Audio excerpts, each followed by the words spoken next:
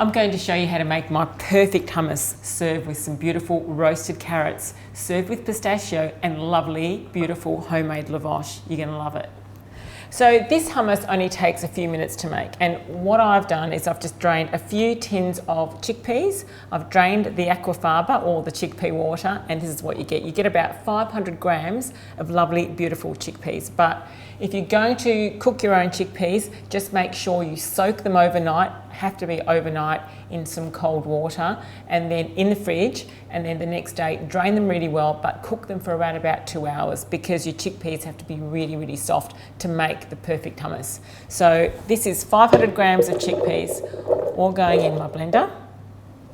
Now, I'm not one for using garlic and cumin and all these things that a lot of people put in hummus. My hummus is simple, pure, and it's the most delicious hummus you'll ever make in your life.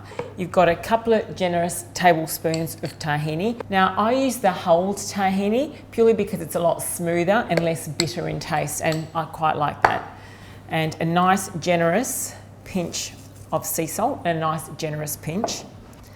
Now, the secret is lots and lots of lemon. So I've got the juice of a few lemons in here, but I'm just going to start off by putting 4 tablespoons of lemon juice and around about 125 ml of iced water. So you notice I've got ice in here as well. That'll actually keep your hummus lovely and cold whilst it's all blending. So here we go. We're going to start, and we're going to add more water as I need to.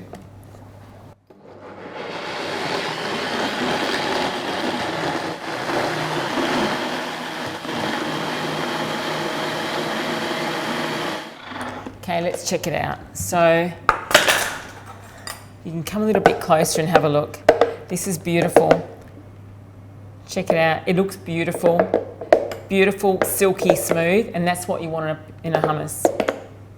So what a lot of people do, and the mistake that a lot of people do when they make hummus, is they make it too thick. So normally when it goes into the fridge, it takes time to settle, it absorbs a lot more moisture, so it thickens up anyway in the fridge. So make it a little bit thinner than you would, and it's lovely, beautiful, tangy and lemony. And just give it a taste. It may need more lemon, may need more salt, but that's all you need. Just lemon and salt, the secrets. No garlic, no cumin. Don't do it, guys. This will be perfect for everything.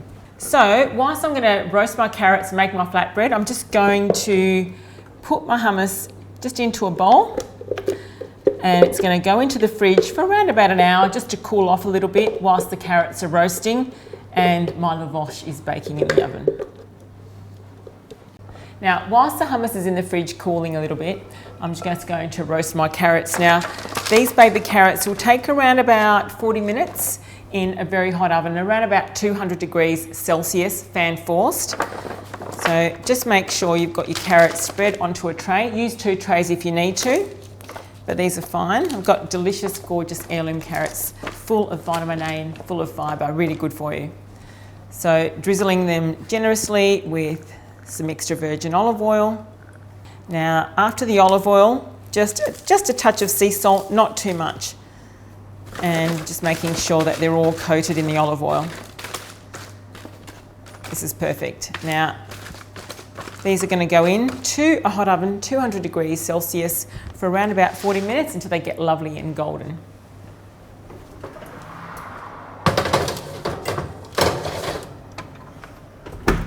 Now, whilst the carrots are roasting, I'm going to show you how to make the most easiest, delicious lavosh you'll ever eat in your whole life, that I'm going to serve with the hummus and the carrots. All right, so this is the quickest, easiest lavosh you'll ever make in your life. And so for those who don't know what lavosh is, it's pretty much just a flatbread that you can have with hummus, you can have with dips, you can have with a beautiful labneh, and it's perfect for summer entertaining or on a cheese board as well. It's lovely. So in here, I have 180 grams of spelt flour. So we've got 180 grams of spelt flour, a nice generous pinch of sea salt, and make it a generous pinch as well, because you want it slightly salty as well. Now in here, I've got 2 tablespoons of extra virgin olive oil. Now this is a secret, just a hint of sweetness. 1 tablespoon of maple, just that little bit, just takes the edge off and it makes it beautiful. Now this is a secret as well, lots of secrets, but they're really good. And we've got 125 ml of warm water. Now the important thing is warm water, because this is going to make the dough beautiful and delicious. And this is what you do. So we give it a bit of a mix. And just mix ever so lightly, nothing too crazy. You don't want to disturb any of the glutens in the flour.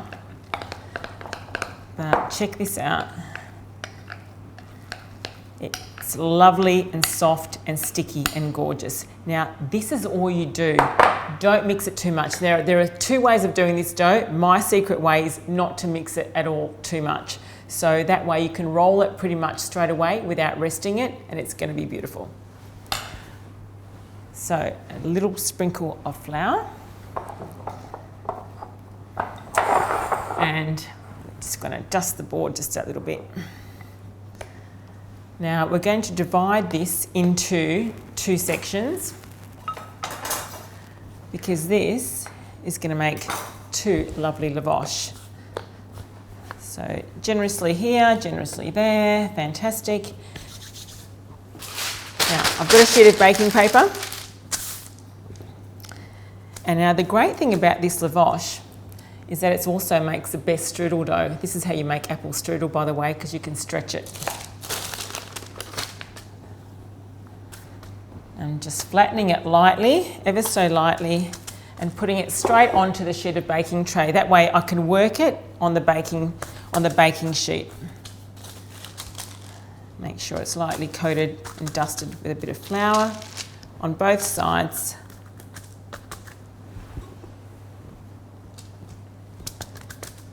Just a little bit, not too much. Now, with a rolling pin, just roll them both long ways and across ways. Make sure they don't stick. Now this is just going to make sure that they're ultra thin and ultra delicious. And there you go, two lovely little flatbreads. So just slide onto a baking tray.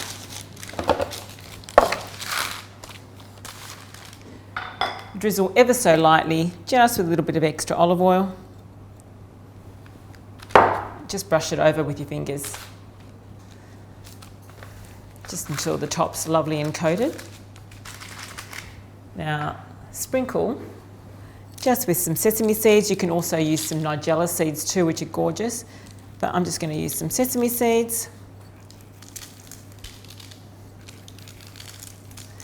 Now this is going to go into an oven for around about 20 to 30 minutes at 180 degrees Celsius. But don't roast them, or don't put them in the oven the same time as the carrots, because when the carrots are roasting they create a lot of steam and moisture, and you don't want that in the lavosh. So it's a good idea to make the lavosh ahead of time, pretty much about 2 hours before you roast the carrots.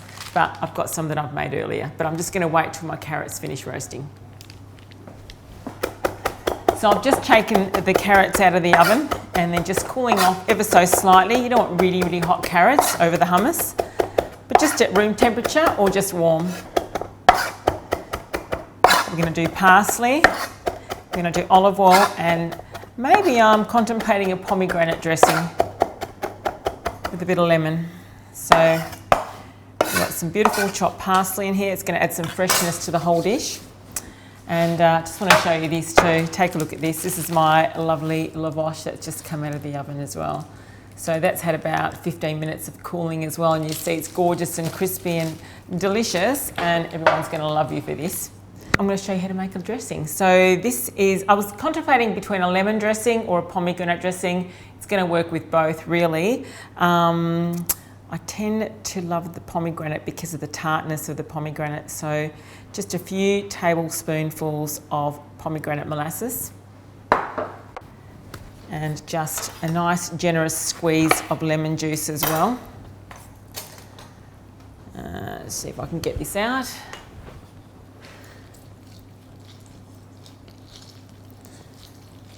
Just going to add a nice little bit of tartness as well, which I really like.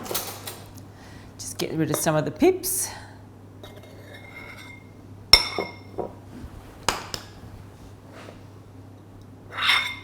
Okay. Now, with my trusty little matcha whisk, this is very cool. Matcha whisks are fantastic for making dressings because they emulsify everything so quickly. I'm just going to pour a little bit of olive oil, extra virgin olive oil, into the bowl. And a pinch of salt. And just give it a final little whisk. Look at this, beautiful, lovely. Check this out. It's emulsified perfectly. Always taste your dressing as well. And this is lovely. It's lovely and little tart as well. So here we go. The piece de resistance, the finale. I'm going to show you how to plate this up. This is very, very easy. Okay, so I've got my carrots here. Now they're not too hot, they're lovely and warm, so it's going to be perfect for this dish. And I've got my lavosh, I've even got my hummus here. So I've got all the ingredients ready to assemble, and I'm going to show you how spectacular it looks for your grazing plate. All right, so we're going to spread the hummus generously over this plate. Just over to one side, really. You just want to leave a little bit for the lavosh. Actually, might as well just do the whole thing. It'll look better.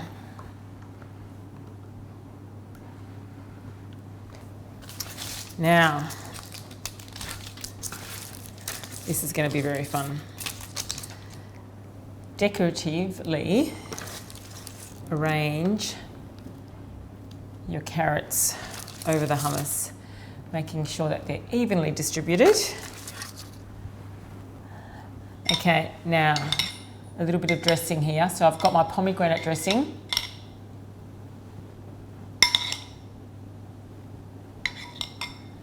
It's generously going to caress this hummus and make it taste super delicious. Now we've also got some pistachios. You can also use some dukkha as well. This is spectacular with dukkha. And just some freshly chopped parsley. Put some lovely shards of lavosh on the side.